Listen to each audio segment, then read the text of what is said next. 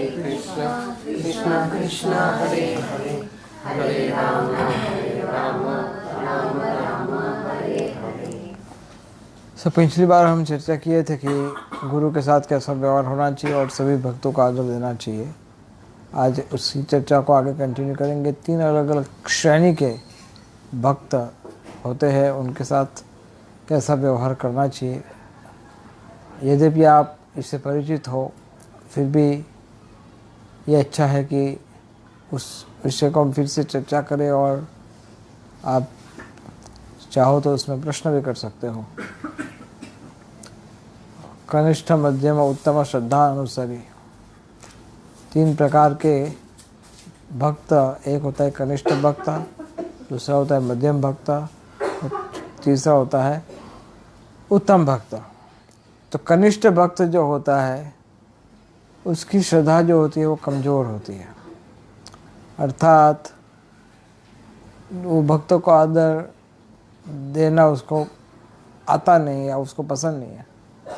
और कई बार होता है कि उसको पता आता भी नहीं, पसंद भी नहीं, लेकिन कई बार तो उसको पता भी नहीं है कि वैष्णव की कृपा के बिना भक्ति में आगे नहीं बढ़ सकते।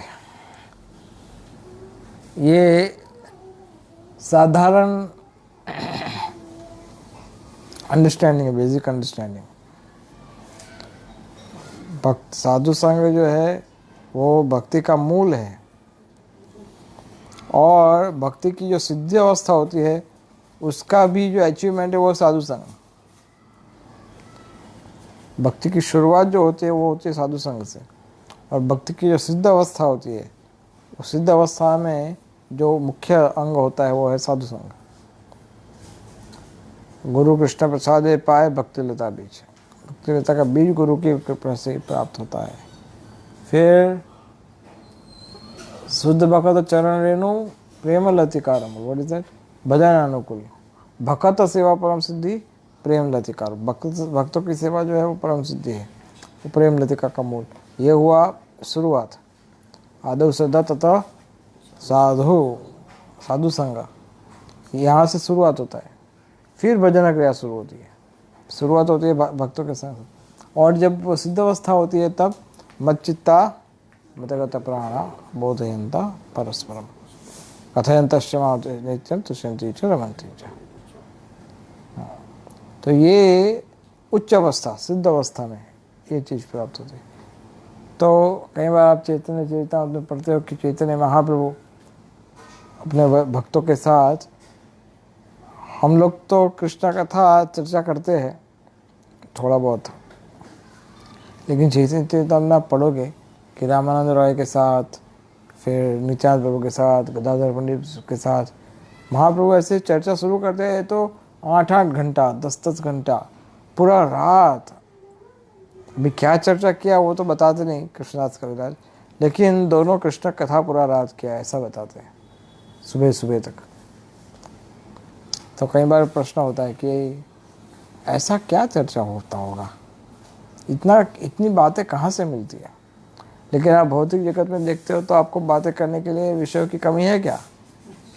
आपको अगर बिठा दिया जाए चलो आज रात जागरण है, बातें करनी है, तो आप लग जाओगे, है ना। दुनिया भर की बातें निकाल करके लाओगे, पड़ोसियों का भी उठा करके ले आओगे, सबका सारा इतना बात। लेकिन अगर भौतिक जगत में अगर ऐसा लक्षण पाया जाता है तो आध्यात्मिक विषयों में तो ऐसी गहन बातें होती है कि जिसका अनलिमिटेड, भगवान अनंत है, उनकी कथा, उनके गुण, उनकी लीलाएं, ये सब कुछ अनंत है। इसलिए कई बार अगर आपको ऐसा लगे कि 2-2 घंटा, 3-3 घंटा ये लोग बैठ कर के क्या बातें करते होंगे भक्त लोग, लेकिन कृष्ण भक्ति की चर्चा अनंत होती है। लेकिन ये सब उच्च अवस्था में पाया जाता है। इसका अर्थ ये नहीं कि जो कथा का जो बातें घंटों तक कथा करता है वो उच्च अवस्था है, ऐसा नहीं।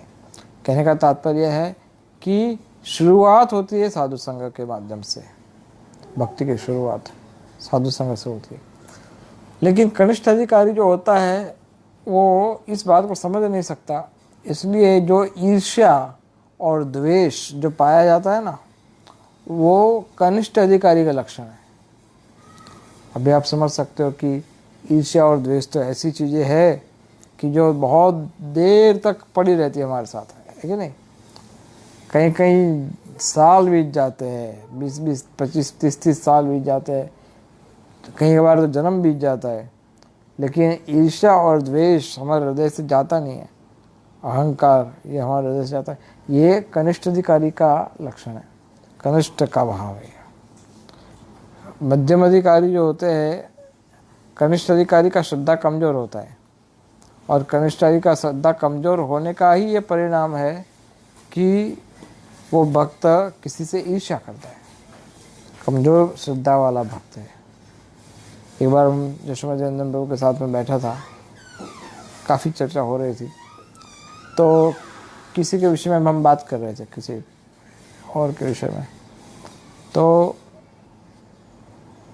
यशोमती प्रभु ने उनकी बात को सुन करके, लक्षण सुन करके उन्होंने तुरंत बोल दिया कि ये कनिष्ठ अधिकारी का लक्षण है।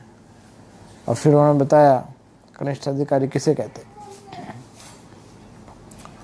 अभी तो ऐसा अवसर हमें प्राप्त नहीं होता है, लेकिन पहले तो he was very strong. Yashomati Prabhu बहुत स्ट्रॉन्ग थे, उनके पास जाना भी बहुत हिम्मत वाले का काम था। लेकिन उस समय गंभीर रूप से फिलोसॉफिकल डिस्कशन वो करते थे, प्रश्नोत्तरी। इसे बहुत चीज़ सीखने को प्राप्त होती है।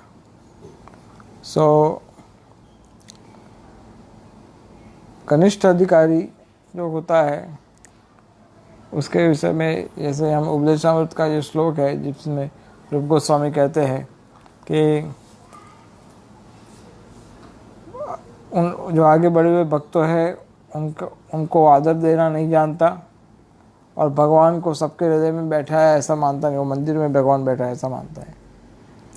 कुछ लोग होते हैं कि वो पूजा के प्रति, अर्चन विग्रहों के प्रति इतना वो उसका होता है भाव, आकर्षण, लेकिन वो अर्चन विग्रह के सामने भगवान के भक्तों का आदर देना भूल जाता है। या फिर कई बार होता है कि भगवान के भक्तों की कोई वैल्यू नहीं है, भगवान है सामने, तो कनिष्ठ अधिकारी माने। अगर समझ लो कि अगर आप पूजा कर रहे हो और कोई बहुत बड़े वरिष्ठ भक्त वहाँ पर प्रकट हुए और उनको आपकी बहुत ही अर्जेंट आवश्यकता है और वो बुला रहे हैं आपको, तो आप क्या उद्देश्य, क्या धर्म होना चाहिए? आप पूजा कर रहे हो, अर्चन, आप आरती उतार रहे हो भगवान की, तो आपका क्या उद्देश्य, क्या करना चाहिए? एक कनिष्ठ भक्त होगा तो सोचेगा भगवान की सेवा छोड़ करके कहीं जाना अपराध है, लेकिन जो बुद्धिशाली भक्त होगा वो सोचेगा कि भगवान की सेवा करने से कहीं अधिक महत्वपूर्ण है उनके भक्तों की सेवा करना। तो हमने तो कई बार देखा है कुछ भक्त होते हैं जो सही में गंभीर होते हैं, वो इतना सेवा करते हैं, लेकिन जब सही अवसर आता है तब वो बेचारे थक जाते। जैसे कई बार फेस्टिवल होते हैं तो फेस्टिवल की प्रिपरेशन में इतना सेवा करते हैं कि फेस्टिवल अटेंड ही नहीं करते, क्योंकि उनका काम था भक्तों के लिए सेवा करना, तो वो करते हैं। कई बार I have seen many times, पूरा इतना अरेंजमेंट करते हैं, लेकिन जब सही अवसर आता है उस समय कोई नहीं होता उधर।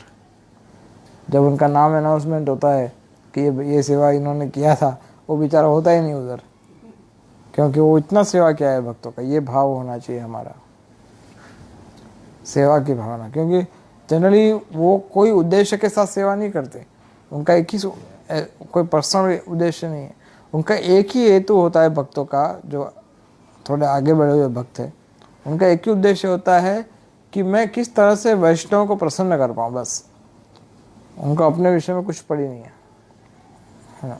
तो ये भाव होना चाहिए भक्तों के हृदय में सेवा का। सेवा ढंग से होना चाहिए। ढंग से का अर्थ होता है प्रॉपर, उचित मनोस्थिति के साथ। सेवा के पीछे जो भाव होना चाहिए वो भाव को भी समझना चाहिए, केवल सेवा करना नहीं। ये सब कनिष्ठ अधिकारी ऐसा करते हैं। Yet even the कनिष्ठ अधिकारी is far greater than all the non-devotees. जो कर्मी योग्य और ज्ञानी है उससे कनिष्ठ अधिकारी अच्छा है, कि जो भगवान के विग्रह को मानता है और पूजा करता है। लेकिन कनिष्ठ अधिकारी धीरे धीरे धीरे आगे बढ़ करके उत्तम बन सकता है। कनिष्ठ अधिकारी sometime also called a materialistic devotee, प्राकृत भक्त बोलते हैं उसको कई बार, भौतिकवादी व्यक्ति को, कनिष्ठ भक्त को प्राकृत भक्त।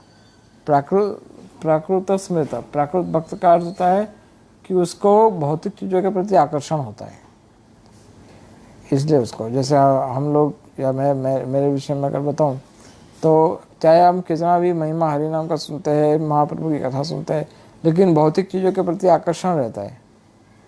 ये आकर्षण जो है वो प्राकृत भक्त की निशानी है, ये प्राकृत भक्त है, इसलिए ऐसा आकर्षण है उसको। Therefore, a devotee must strive to make progress to come to the second class और मध्यम भक्त बनने का प्रयास करना चाहिए। तो मध्यम भक्त जो होता है उसकी श्रद्धा स्ट्रांग होती है, शास्त्र में भले एक्सपर्ट नहीं होता है लेकिन उसकी श्रद्धा स्ट्रांग होती है। वो भक्तों के साथ अच्छा व्यवहार करता है, सब भक्तों के साथ मित्रता का व्यवहार। अज्ञानी जो लोग होते हैं, बालिश, उनको कृपा करते हैं वो लोग। जनरली ये बहुत समस्या वाली बात होती है। समस्या इन द सेंस कि कई बार हम लोग में कैसी वृत्ति देखी जाती है कि किसी बालिश को, अज्ञानी व्यक्ति को कृपा देने में हम कंजूसाई करते हैं। कई बार हम देखते हैं कि जो नया भक्त है बेचारा, वो नया जुड़ा है, अभी उस पर आप उसके जैसे थोड़ी बनोगे, आपको तो कृपा करना पड़ेगा उसको, है ना। कई बार कहते हैं प्रभु जी इतना कृपा मत बांटो, इतना कृपा मत बांटो, ये मत दो, वो मत दो, ये तो प्राइवेसी है, ये तो सबके लिए नहीं है, सबके लिए नहीं है। तो एक्चुअली जो सबके लिए नहीं है ना, ये भाव अगर चैतन्य महाप्रभु सोचते तो क्या होता कि ये सबके लिए नहीं है। अगर चैतन्य महाप्रभु ये सोचने लगते कि ये सबके लिए नहीं है तो क्या होता, तो हरिनाम आता ही नहीं हमारे पास, है ना। ब्रह्मार दुर्लभ, सबके लिए नहीं है, वो चीज तो देने में ही तो बड़ा ही है। जो सबके लिए नहीं होती है वो चीज अगर मुफ्त में दिया जाए तो वो महानता है ना। तो ये मध्यम अधिकारी के पास ये विशेष चीज होती है ना। कई बार लोग कहते हैं कि क्या कहते हैं, एकादशी है ना तो दूसरे दिन द्वादशी का पालन जो होता है वो हमें किसी और के हाथ नहीं खाना चाहिए, उससे पुण्य चला जाता है ना। कई बार लोग बोलते हैं कि उससे पुण्य चला जाता है, किसी के घर नहीं खाना चाहिए या पुण्य चला जाता है, या ऐसे कई बात होते हैं। वो धाम से आते हैं तो किसी के घर खाना नहीं चाहिए, या फिर इस प्रकार की कई चीज़ होती है। अरे भाई, अगर हम पुण्य इकट्ठा करने बैठे हैं या भगवान की सेवा करने बैठे, क्या करने बैठे हम? अरे प्रभु जी आपको कहाँ पता है, पुण्य इकट्ठा करना पड़ता है तब जाकर कृष्ण भक्ति कहती है। अगर वैष्णव कंजूसाई करना लगे, अगर वो कंजूसी करना शुरू कर दे तो हो गया प्रचार। फिर कृष्ण भक्ति बांटना ये मध्यम भक्त का लक्षण होता है। सब पर कृपा कर, सब पर। मैं अभी यात्रा में था, अभी यहाँ पर जगह ना इधर द्वारका वगैरह वगैरह, पोरबंदर, द्वारका। तो जनरली क्या होता है कि हमारे साथ जो भक्त लोग थे, 2 सन्यासी थे और 2 प्रॉपर डिसाइपल थे, हाँ। तो और हम लोग उनके साथ कार में रहते, बाकी सब डिवोटीज बस में जाते थे। तो हम 2-3 कार थी हमारी, उसमें हम साथ में रहते थे। तो जनरली सब भक्तों को ऐसा होता है, और पूरा नामट था। एक दूसरा 4-5 बस से और थी, और सब मिलाकर के कुछ हजार भक्त होंगे, 500-1000 हो गए शायद, पता नहीं इतने भक्त होंगे। तो इतने सारे डिवोटी थे। आप सोचो, सब भक्तों का ऐसा होता है ना कि मेरे हाथ का बनाया हुआ कुछ खाए। सबको ऐसा होता है ना, सबको ऐसा, मैंने कुछ बनाया, सब माताओं को ऐसा मेरे हाथ का बनाया कुछ है। और हमारे साथ में जो 2 भाई थे, और जो भी लेके आए उससे थोड़ा सा ले लेते, उस थोड़ा सा, बोले इतना ही ले, लेकिन थोड़ा सा। एक भी ऐसा नहीं होगा उसको रिजेक्ट करेंगे, सब पर कृपा बरसाने का, सब पर। कोई आएगा डाब का एक थोड़ा सा डाब पी लो, नारियल पानी, थोड़ा नारियल पानी। तो ये तो हम एग्जाम्पल बता रहे अभी मैं उनके साथ। तो मध्यम अधिकारी जो भक्त जैसे प्रभुपाद ने बौरी में जाकर के देखा कि इतना गंद है पूरा, इतना विचार करते हैं लोग, इतना थोड़ा नहाते भी नहीं है महीनों तक, हाँ नहाते भी नहीं एक महीना तक, और पूरा बाल भी गंदे बाल भी अगर आप ऐसे हिलाओगे तो उसमें भी गंद निकलेगी। हाँ। ऐसे दाढ़ी बड़ी और शराब पी करके कुछ लोग तो इतना नशे में होते थे कि गिर करके सीधा मुंह गटर में डाल देते थे, ऐसे गिरे पड़े रहते थे कुछ लोग, और कुछ तो वहीं पर शरीर छोड़ देते थे, मर जाते थे। तो वो सरकार की गाड़ी आती थी, वैन, और डेड बॉडी को उठा करके ले जाती थी। ऐसे स्थान में प्रभुपाद डाउनटाउन में बौरी, वहाँ पर प्रभुपाद रहते थे। कई बार तो प्रभुपाद को दरवाज़ा खोलने से पहले देखना पड़ता था कि कोई रास्ते पे गिरा है क्या, दरवाज़ा खुलेगा मेरा, 26 सेकंड एवेन्यू वहाँ पर। तो ऐसी जगह पर प्रभुपाद जाकर ऐसे जाकर सोचे कि अगर कृष्ण भक्ति मैं ऐसे लोग को दूँ, इन लोग को तो बेचारे, इनका तो कोई पुण्य है नहीं थोड़ा बहुत। तो प्रभुपाद ने क्या देखा, कौन सी क्वालिटी देखी उनमें?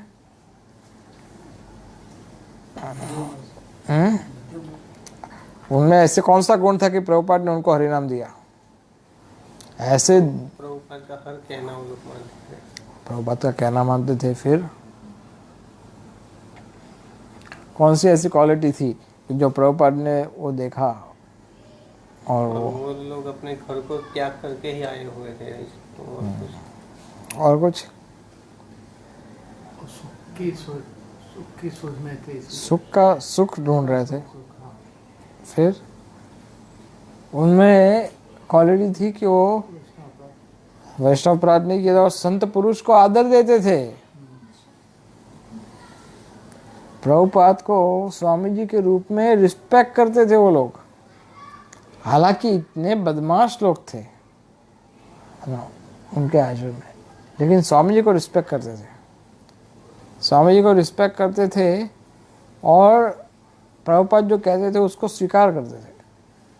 प्रभुपाद ने ऐसे तो कई बातें हैं इस विषय में, लेकिन प्रभुपाद ने उनको ये कृपा मानने का निर्णय किया कि इनको कृपा तांदेर उद्धार, यदि इच्छा हो तांदेर उद्धार, तब प्रभुपाद लिखते हैं तबे यदि तब इच्छा हो तांदेर उद्धार क्षमता समथिंग लाइक दैट। तो प्रभुपाद लिखते हैं कि अगर आपकी इच्छा है, ऐसे निम्न कोटि के लोग, अगर हे कृष्ण अगर आपकी इच्छा है कि ये लोग भक्त बन जाए, तो फिर उसको सफल करने के लिए क्षमता, उसको सफल करने के लिए जो शक्ति चाहिए वो आप दो। और भगवान से एक शक्ति मांगा। तो ये मध्यम अधिकारी जो भक्त होता है वो बहुत दयालु होता है, बहुत दयालु होता है। इसलिए उसकी दया, इसलिए बोलते हैं ना, ये क्या है वहाँ कल्पतरुभ्यश्च कृपा सिंधुभ्येव च। कल्पतरु का अर्थ होता है कि आप कुछ भी मांगो वो दे देते। बहुत मुश्किल बात है, ऐसा आसान नहीं है ना। आप बोलो कि ये चाहिए और दे देते। कृपा सिंधु का अर्थ होता है कि आपके गलतियों को क्षमा कर देते हैं, आपके अपराधों को देखते नहीं हैं, और आपकी जो कमियां हैं, जैसे आप कमियों में, जैसे आप में अहंकार का प्रभाव ज़्यादा है, अगर आप में विनम्रता नहीं है, या आप ईर्ष्या द्वेष से पीड़ित हो, या फिर आपको भौतिक चीज़ों के प्रति बहुत आकर्षण है, तो इन सब चीज़ों को वो इग्नोर कर देते हैं। कृपा सिंधु वो देखते नहीं हैं इन सब चीज़ों को, वो केवल यही देखते हैं कि आप में कौन सी ऐसी चीज़ है कि जिससे कृष्ण भक्ति बढ़ सके। हाँ, ये भक्तों का स्वभाव, इस तरह से भक्त सोचते हैं। फिर मध्यम अधिकारी भक्त होता है, वो भगवान के प्रति प्रेम, जो आगे बढ़े हुए भक्त उनको आदर देता है, और जो द्वेषी होता है, भगवान का निंदा करने वाला, वैष्णव का अपराध करने वाला, ऐसे जो भक्त होते हैं उनसे वो दूर रहता है। ये आवश्यक है। जब भी आप, जैसे समझ लो, ये तो हम और यूनिवर्सल बात कर रहे हैं, लेकिन अगर आप जब मंदिर में आते हो और मंदिर में आने के बाद अगर आपको कोई ऐसे भक्त मिले जो आपको किसी और के विषय में नेगेटिव बात बता रहे हो, किसी के विषय में कि ये ऐसा है, वो ऐसा है, तो उस भक्त को केवल दूर से हरे कृष्णा करो, पास में मत जाओ। आपको लगेगा आप ऐसा करने जाएंगे तो किसी से बात ही नहीं करना होगा, फिर सबको दूर से हरे कृष्णा बोल के वापस घर चले जाना पड़ेगा। नहीं, ऐसा नहीं होता है। अगर आपको ऐसा लगता है कि सभी भक्त ऐसे हैं, ऐसा नहीं है। आपको हो सकता है कि कम होंगे कि जो आप नेगेटिव बात नहीं करते हो, अधिकतर लोग होंगे, हो सकता है, ऐसा पॉसिबल है, लेकिन फिर भी एक दो भक्त तो आपको मिल ही जाएगा कि जिनके साथ रहने से आपको अच्छा लगेगा, जिनका आध्यात्मिक जो क्या बोलते हैं वाइब्रेशन, आध्यात्मिक जो प्रभाव है वो अनुभव होगा उनके पास जा कर के। हाँ, इसलिए अगर कोई निंदा है, भक्तों की निंदा करने वाला कोई है, तो उससे दूर रहना ही अच्छा है। उससे, इसमें देखो दोनों का नुकसान होता है। उसका तो नुकसान होता ही है, निंदा करने वाले का, और निंदा सुनने वाले का भी नुकसान होता है। और ना वो अपना कल्याण कर पाता है, ना दूसरे का कल्याण हो सकता है। निंदा बोलने वाला, निंदा सुनने वाला, ये दोनों के किसी काम में नहीं आता उनका चर्चा। इसलिए ये केवल बेकार की बात है। एडमिनिस्ट्रेशन को लेकर के अगर होता है निंदा तो अलग बात है, क्योंकि एडमिनिस्ट्रेशन में तो हमें देखना पड़ता है कि इसको ये काम दिया जाए या नहीं दिया जाए, इसमें क्या कमी है, क्या गुण है, सब देखना पड़ता है। लेकिन एक साधारण रूप से हमें किसी के विषय में अगेंस्ट में नहीं बोलना चाहिए। ये हमारा होना चाहिए। मध्यकारी प्रभुपाद मध्यकारी के विषय में इस तरह से बताए। रूप गोस्वामी ने 3 चीज़ बताई है। उत्तम अधिकारी का संक्षेप में बताता हूँ आपको। उत्तम अधिकारी जो भक्त होता है उसका श्रद्धा बहुत स्ट्रांग होता है और शास्त्र में एक्सपर्ट होता है, और किसी को भक्त, सबको भक्ति मानता है, अपने आप को भक्त नहीं मानता, बाकी सब भक्त है, और वो उसका विचार ही अलग है। वो एकदम बदमाश से बदमाश आदमी होगा, उसको भी वो भक्ति देखेगा, ये भी भगवान की सेवा में जुड़ा हुआ है। तो वो विनम्र होता है, सबसे पहला क्वालिटी वो बहुत विनम्र होता है। जैसे जैसे आप भक्ति में आगे बढ़ते हो वैसे वैसे विनम्रता बढ़ती जाती है, विनम्रता बढ़ती जाती है। और शरणागत, उसकी चलने में, उसके बोलने में भी विनम्रता होती है, दिखावे वाली विनम्रता नहीं कि जब भक्तों के बीच में आता है तो एकदम हम्बल, घास का तिनका जैसा, गाय बछड़ा जैसा, एकदम विनम्र भक्तों के बीच में आता है। और फिर जैसे ही भक्तों के बीच में से जाता है तो अपना असली स्वरूप में आता है, हिरण्यकशिपु आ जाओ। इस प्रकार का बिहेवियर उसको डिप्लोमेटिक बोलते हैं। वो 2 प्रकार का बिहेवियर। लेकिन विनम्र भक्त जो होता है वो ये नहीं देखता कि वो क्या कर रहा है, वो क्या कर रहा है, वो क्या कर रहा है, ये क्या कर रहा है, भाई तुम क्या कर रहे हो, वो ये देखता है मुझ में क्या कमी है। दूसरों की कमियों को देखने का बंद करो। विनम्र भक्त होता है वो इस तरह से सोचता है, मुझ में क्या कमी है। अगर वो एक बार एक भक्त आए थे तो उनको एक काम दिया था हमारे गुरुजी ने, तो एक काम दिया तो वो काम काफ़ी समय देने के बाद भी कुछ नहीं कर पाए काम। तो फिर वो जब आए तो हालांकि उनको पैसा दिया जाता था, पैसा देने के बाद भी काम नहीं किया। तो फिर गुरुजी ने उसको डांटा नहीं, उनको क्या कहा कि ये वास्तव में हमारी गलती है, आपकी कोई गलती नहीं है, वास्तव में हमारी ही गलती है कि हमने आपको ये काम दिया। इसलिए हमें पहले से अगर पता होता कि आप इस प्रकार से करने वाले होते तो हम आपको काम देते नहीं। ये हमारी गलती है, हम इसको मान लेते हैं, इसमें आपका कोई दोष नहीं है। वो इस तरह से उनको बता रहे थे।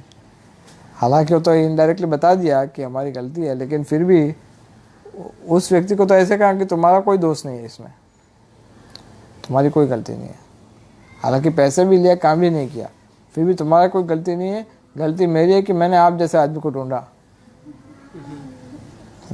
ये काम करने के लिए। तो इस दृष्टिकोण से देखना चाहिए हमेशा, हमारी गलती कहाँ पर है, मेरी गलती कौन सी है, ये देखना चाहिए। तो रूप गोस्वामी कहते हैं कि जो नए भक्त होते हैं उनको मन से आदर दो, जो मध्यम अधिकारी होते हैं उनको दंडवत प्रणाम करो, और जो उत्तम भक्त होते हैं उनका संग करो स्पष्ट रूप से। और हम लोग क्या करते हैं, हम ऐसा ट्राई करते हैं संग करने का कि जो हमारे कानों की तृप्ति करे और जीवा की तृप्ति करे। जो चपड़ चपड़ चपड़ बोलते रहते हैं, वाह प्रभु जी क्या अमृत निकलता है उनके मुंह से निरंतर उनके साथ चर्चा करते रहते हैं, अभी क्या क्यों कर रहे हो ये काम, प्रभु जी क्या करे, हमारा मन कृष्ण कथा में तो लगता नहीं है, भगवान की जब बात होती है तो उसमें तो हमारा ध्यान लगता नहीं है, और कोई बात होती है मटेरियलिस्टिक भौतिकवादी कोई बात होती है तो हमारे एक के बदले 100 कान हो जाते हैं, हम 100 कान से अमृत ग्रहण करना चाहते।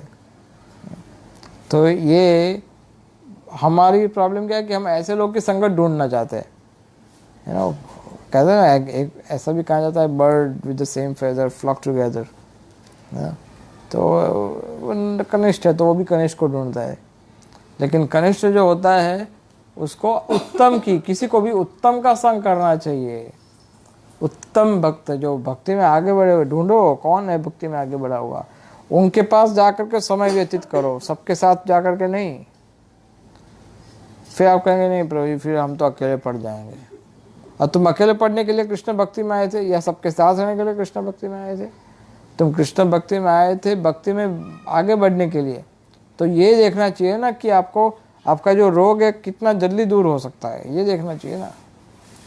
अगर आप बीमार होते हो और आपको अगर सरकार, आपकी नई सरकार जो आई है वो बोल दे कि आप अहमदाबाद की किसी भी हॉस्पिटल में जाओ फ्री, आपका सारा ट्रीटमेंट फ्री होगा, अगर आपको ऐसा बोल दे डॉक्टर, तो अगर आपके 4 हॉस्पिटल है आपके इलाके में या आपके एरिया में, या फिर समझ लो 10 किलोमीटर के रेडियस में 4 हॉस्पिटल है बड़ी बड़ी, उसमें से एक हॉस्पिटल ऐसे यहाँ सबसे अच्छी ट्रीटमेंट मिलती है, डॉक्टर्स भी बहुत अच्छे हैं और सारी अच्छी टेक्नोलॉजी है, लेकिन वो हॉस्पिटल आपसे 5 किलोमीटर दूर है। और आपके पास में एक हॉस्पिटल है वो इतना अच्छा नहीं है, ठीक ठीक है, उसमें ट्रीटमेंट इतना अच्छा नहीं है, दवाई इतना अच्छा नहीं है, डॉक्टर इतने अच्छे नहीं, लेकिन आपके सारे पड़ोसी उधर जाते हैं, आपके रिश्तेदार उधर जाते हैं, आपके वॉकिंग डिस्टेंस में है, तो इसलिए क्या वहाँ पर एडमिट हो जाना चाहिए? वहाँ पर एडमिट हो जाना चाहिए? नहीं होना चाहिए। लेकिन कुछ लोग कहते हैं प्रभु जी ये तो हमारे पास में पड़ता है, हमारे बिल्कुल हमारे जैसे ही लोग इधर आते हैं, यू नो और हमें बहुत बड़ा मनोरंजन प्राप्त हो जाता है, उनके साथ बैठने मन फ्रेश हो जाता है हॉस्पिटल में, तो मैं उधर ट्रीटमेंट लेता हूँ। ठीक है, उधर ट्रीटमेंट लो। तो आप समझे, आपको उत्तम भक्तों को ढूंढना चाहिए और उनका उसके साथ अधिक समय व्यतीत करना चाहिए। आपके पास समय की कमी है, आपके पास ये मत सोचिए बहुत समय पड़ा है, समय आपके पास कम पड़ा है, कभी कुछ भी हो सकता है। तो इसलिए रूप गोस्वामी इस तरह से 5 नंबर के श्लोक में इसको बताते थे। सो हमसे जो आगे बढ़े हुए भक्त होते हैं उनमें 2-3 कैटेगरी है, उसको बता करके फिर आज हम संक्षिप्त करते हैं। आगे बढ़े हुए भक्त, आगे बढ़े हुए भक्तों के ऐसे कई कई तरीके होते हैं, जैसे दीक्षा के माध्यम से आगे बढ़े हुए भक्त होते हैं, वरिष्ठ भक्त, जो दीक्षा के माध्यम से, किसकी दीक्षा कब हुई थी, फिर ज्ञान के माध्यम से, कई बार उम्र के माध्यम से, तो इस तरह से अलग अलग तरीके होते हैं सीनियरिटी के, कि सीनियर भक्त है हमारा। तो अधिकतर केस में ऐसा देखा जाता है कि लोग दीक्षा कब हुई थी तब से सीनियरिटी चेक करते हैं दीक्षा के माध्यम से। लेकिन भक्तिनाथ ठाकुर या जीव गोस्वामी वो बताते हैं कि सबसे उत्तम तरीका है सीनियरिटी का कि उस भक्त ने अपने आध्यात्मिक गुरु को कितना प्रसन्न किया है और वो गुरु के आदेश का कितना स्ट्रिक्टली फॉलो कर रहा है। ये सीनियरिटी की पहचान है। उसमें उम्र नहीं देखी जाती, दीक्षा नहीं देखी जाती, ये सब नहीं देखा जाता। तो ये लेटर में या बुक में इट इज़ मेंशन क्लियरली, क्योंकि वास्तव में उम्र तो शरीर की होती है ना, आत्मा की थोड़ी होती है।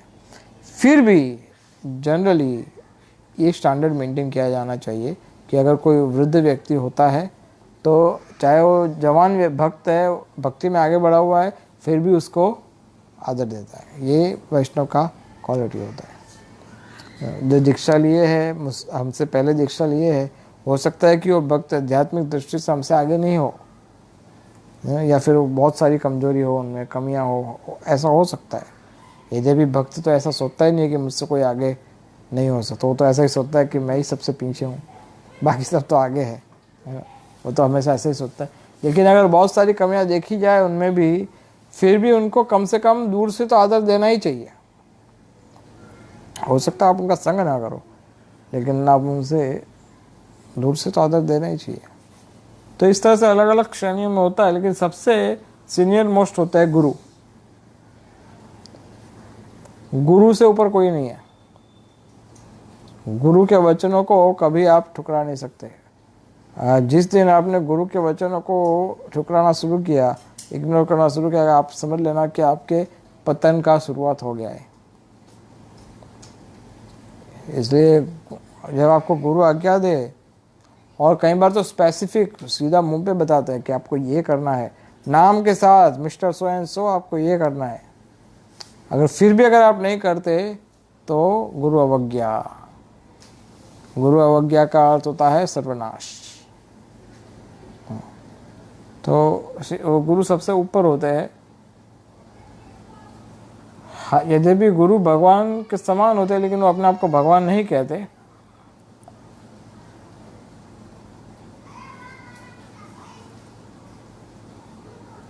सभी भक्तों में वैष्णव, गुरु को वैष्णव ठाकुर कहा जाता है,